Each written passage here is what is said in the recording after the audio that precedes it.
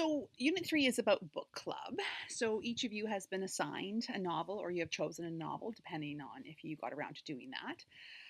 So, make sure that you're very clear on what novel you are reading and going to be discussing and writing about. So, when you look through the first activity for book club, it gives you a bit of an overview about what book club is, your book choices, how to preview a text, things like that. Okay, so we're kind of past this in the sense that we've already chosen our texts. Okay, keep in mind that I have read or reread all of these many times, and I've taught them many times, so I know them quite well. Okay, so make sure when you're looking for evidence and you're giving me support that you really have read and understood. Please don't rely on some free book summary or some poorly done rendition of a movie, okay? Because we all know that the book's always better and the book's always more detailed. So make sure that you are actually reading the text, okay? This book was new to me. If you are a fan of Silver Linings Playbook, he also wrote that one too. So that was an interesting read. So it also talks about reading strategies, and all these things will come into play to help you understand and deconstruct the novel. Okay, so text to text, text to self, text to world. Um, so questioning too, and questions are going to be a big part of this book club. Okay, I'm sure you've all seen this cue chart before. That's what we call it at our school, and you're trying to aim for this quadrant, the whys and the hows. Okay, that shows application and synthesis. And this talks about questions are all connections are all connections good connections.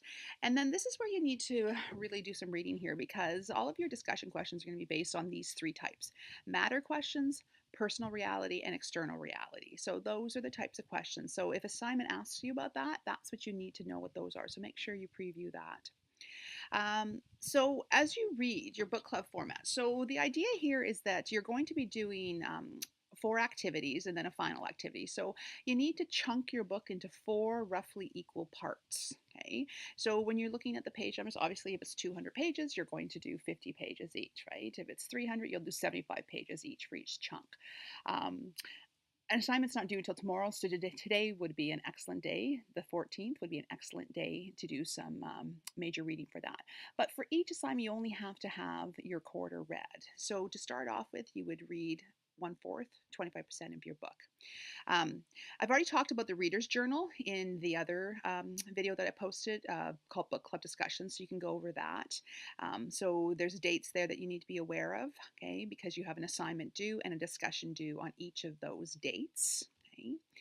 And then remember that you're going to have to only submit the assignments that have the asterisks in the number, right?